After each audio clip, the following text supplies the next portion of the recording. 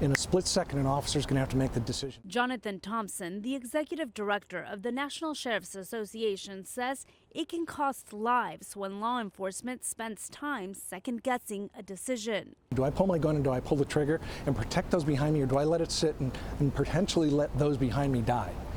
It's that fast. California's new law changes the legal standard for using lethal force from when reasonable to when necessary. Now there's talk that California's law could spark changes nationwide. It's very hopeful that this will lead a domino effect across the country. Obviously, it's incredibly hard. This was the byproduct of at least several years worth of work. Complete national data on police use of force isn't easy to find. The FBI didn't start tracking police shootings until this year. And even now, law enforcement agencies aren't required to submit their data. But the Washington Post documented nearly 1,000 deadly police shootings in 2018.